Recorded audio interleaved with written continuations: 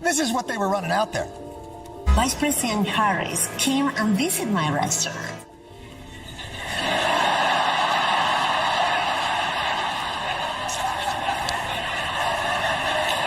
It's been a few months since the DNC lost the election to Donald Trump, and Jon Stewart still hasn't let it go. Come on, the big movers and shakers of the Democratic Party must know her well.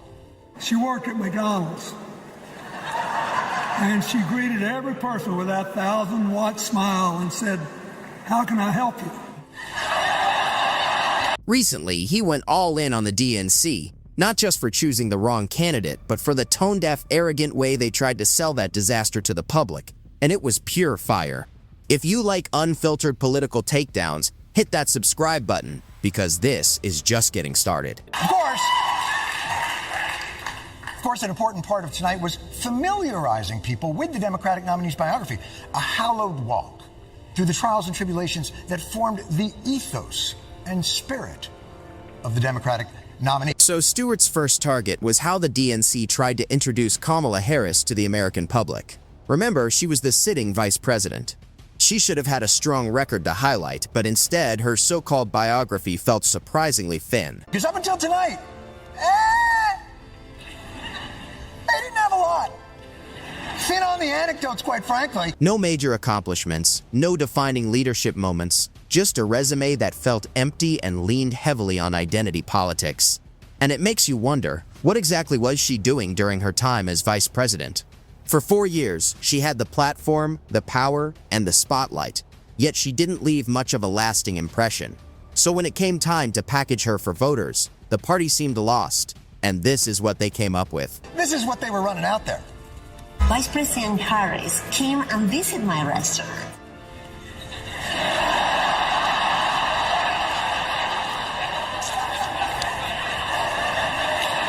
No clear policy wins, no decisive action, no moments where she stepped up in a crisis with real strength or clarity. Just scripted speeches, awkward interviews, and disappearing when things got difficult. It almost felt like the role was treated as symbolic instead of meaningful. And now they expect voters to believe she was ready for the top job? Come on. Stewart didn't hold back. He tore into the DNC for thinking they could dress up mediocrity as greatness and expect everyone to go along with it. It was sharp, it was direct, and honestly, it felt overdue. Take a look at this. You know, I know you only had 4 weeks to put this movie together, but come on. You gotta do better than... I was working and she walked in. I drove her in an Uber. So you can see why Kamala and the DNC ended up losing the election. They couldn't point to a single clear achievement to justify asking for votes, not one. And when pressed, their excuse sounded weak. They said they only had 4 weeks to pull everything together. But let's be honest, 4 weeks is more than enough time to highlight real leadership, if it exists. The reality is, they had 4 years, not 4 weeks. 4 years to build a record, shape a story, and earn the trust of the American people. Instead, they leaned on vibes and empty slogans, hoping identity would carry them through. It didn't. And you'd expect party insiders to clearly know her accomplishments, right? You might be surprised. Come on, the big movers and shakers of the Democratic Party must know her well. She worked at McDonald's, and she greeted every person with that 1,000-watt smile and said, "How can I help you?" This goes beyond disappointment. It shows how performative politics and empty messaging can lead a party in the wrong direction. The DNC wasn't facing a clear requirement in how they built the ticket, but critics argue they focused too much on optics instead of choosing someone with a strong, proven record. Kamala Harris, in that view, came across to some as undertested and not fully defined in the role. Rather than building broad momentum or highlighting a clear track record, the campaign messaging leaned heavily on identity and image. And in the end, it didn't connect the way they hoped. As for Jon Stewart, he went straight at the DNC, breaking down their strategy piece by piece. I think you have to say that when you work at McDonald's, or really any point of service occupation. How can I help you? Stewart is really going after the DNC here, and in his view, it's deserved. His point is simple. If you're asking people for their support, you need to show them something real and understand what they actually want. Instead, it felt like the DNC was trying to sell voters on something that didn't fully connect. Kamala Harris's time as vice president, in this framing, came across as steady but not especially bold or defining. There weren't many standout moments that clearly signaled strong leadership or a shift in direction, and yet the party seemed to present that as enough to make the case for the presidency. For many voters, that just wasn't convincing. If you're aiming for the top job, people expect to see something concrete. Here's another clip of how the DNC tried to make that case. My phone rings. It's Kamala Harris. She called me. My phone rang again, and it was Vice President Kamala Harris. If you're lucky enough to be her friend, she calls you on her birthday. Wait, hold on, she calls you on her birthday? For what exactly? Normally, it's the birthday person who get the calls and well wishes, not the other way around. So why is Harris the one reaching out on her own birthday, like she's doing everyone else a favor? It feels unusual and, honestly, a bit awkward. But at this point, it's not exactly shocking anymore. To critics, it becomes part of a larger pattern they point to, moments that come off as staged or disconnected from how people normally relate to politics. In that framing, it gets taken as an example of the Democratic Party leaning too heavily into optics over substance, messaging, and gestures that don't always land the way they're intended. From odd promotional moments to unclear communication, it all feeds into the perception of a campaign that struggles to feel grounded. And Stewart, as expected, didn't let it slide. She calls you on her birthday?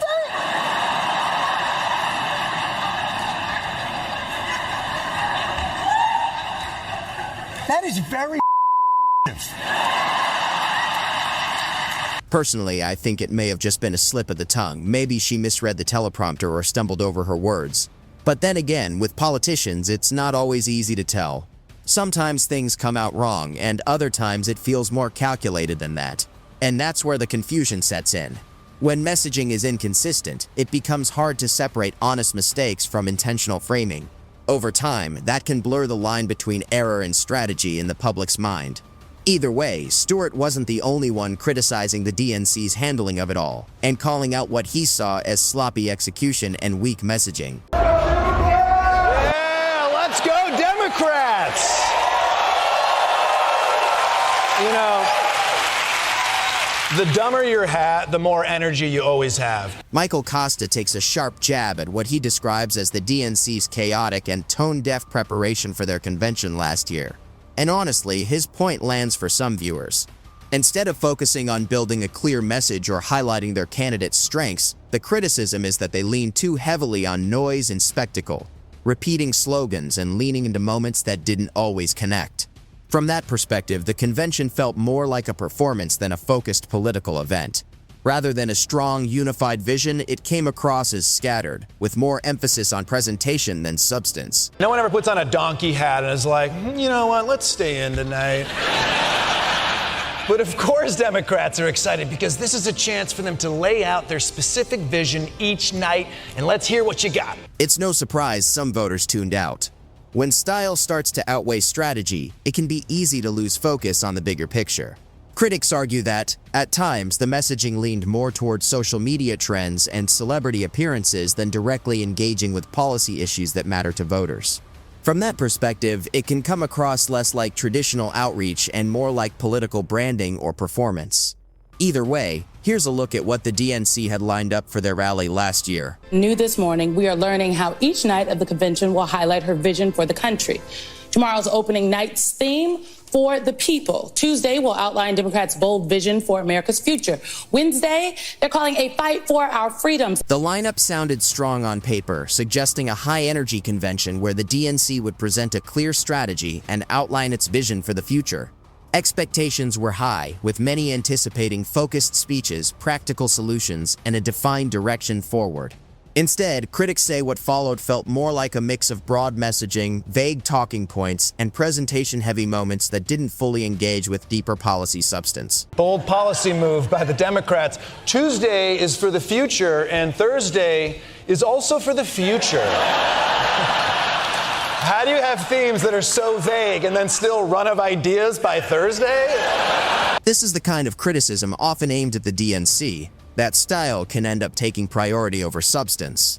From that perspective, the rally felt less like a traditional political convention and more like a staged production, with emphasis on presentation and scripted moments rather than detailed policy discussions. Supporters of this view argue that even with a strong platform and national spotlight, the opportunity to focus on clear solutions and leadership can get lost if messaging leans too heavily on optics. And in the end, voters, they say, tend to notice when the substance doesn't match the performance. The Democrats also released a very detailed party platform, and you can tell how much time and energy they put into it because they forgot to replace Joe Biden's name with Kamala's. Yeah, and that's not just lazy, guys, it's risky. Critics argue the DNC has shown issues that go beyond messaging, pointing to disorganization and a lack of attention to detail.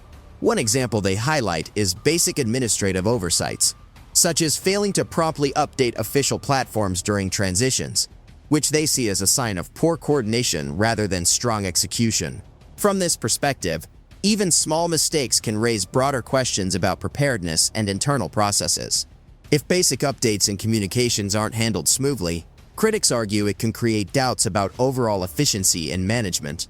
Supporters, however, often frame these kinds of issues as routine administrative errors rather than evidence of deeper dysfunction. Rumors are swirling, big time. Everybody's talking about it, that two of the biggest names in music, Beyonce, Taylor Swift, might make appearances.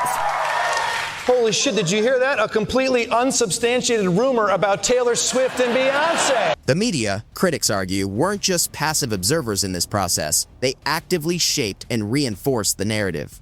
Instead of consistently holding the DNC to account, they are accused of echoing talking points and amplifying a polished version of events.